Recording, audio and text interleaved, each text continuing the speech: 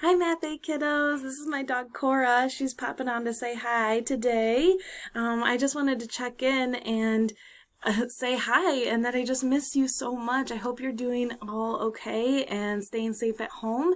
And I just wanted to give you a quick recap or a preview of what we're going to be doing this next several weeks. Okay, so we are going to keep moving forward with some of the geometry stuff we've been working on, and we're going to actually be doing 7th grade standards. I know that might sound just a little like what, but you guys are ready, and that's the next step that we're going to be taking. I'll take it very, very slow, and just do one or two small things a day.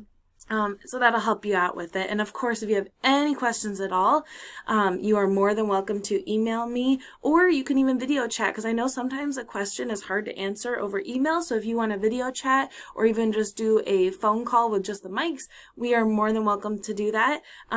Just gotta let me know, okay? I'm happy to do that, and we can set that up. My office hours are that 10 to 10:30 time, so that's when you'll get an immediate response. But if you want to set up another time, we have from 8:45 to 1:45 to get your questions answered, and maybe even outside of that time if needed.